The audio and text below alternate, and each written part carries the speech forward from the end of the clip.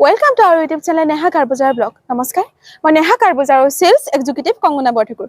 আজি মই আপোনালোকৰ মাজলে এখন স্কৰপিও লৈ আহিছো 2009 ৰ হয়। স্কৰপিও LX 7 সিটাৰ হয়। AS01 Guwahati registration. গাড়ীখনৰ কালাৰটো চাওক সিলভাৰ কালাৰ হয় আৰু গাড়ীখনৰ বডিত আপোনালোকে কোনো ধৰণৰ স্ক্ৰেচ নাপাব। টায়াৰৰ কণ্ডিশনটো চাওক একেবাৰে ধুনীয়া হৈ আছে। গ্ৰিপসমূহ দেখা পাইছে। বেকৰ টায়াৰটো দেখাই দিছো চাওক।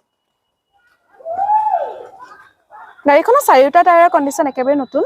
স্পে টায়াৰৰ কণ্ডিশনো ভাল হৈ আছে। গ্ৰিপসমূহ চাব পাৰিছে। বেকত আপোনালোকে স্পয়লাৰ পাই যাব।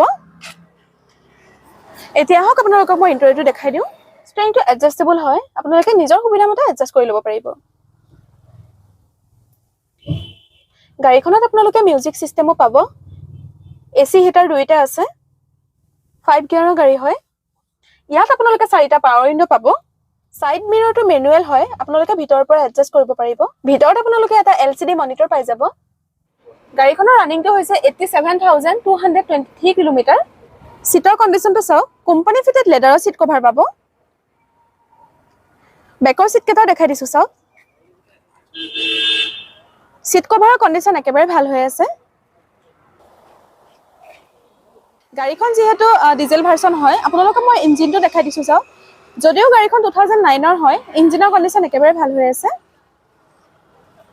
বেটাৰী কণ্ডিশনটো একেবাৰে নতুন হৈ আছে।